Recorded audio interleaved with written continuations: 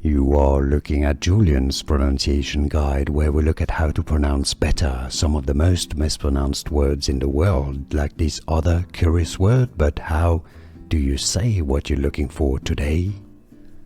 Let's learn how to pronounce correctly once and for all the name of this late American actress and model. In American English, how it is pronounced: Marilyn. Marilyn. Some may pronounce it a bit more as Marilyn, but generally in American English it's more Marilyn, with a stress on the first syllable. Marilyn. Marilyn Monroe, with a stress on the second syllable, so it's not Monroe. Monroe. Monroe.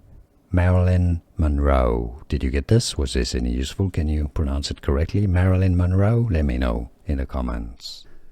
Here are more videos on how to pronounce more confusing words and names too many mispronounced. Like this video if you found it useful. I appreciate your support. I'll see you soon and thanks for watching.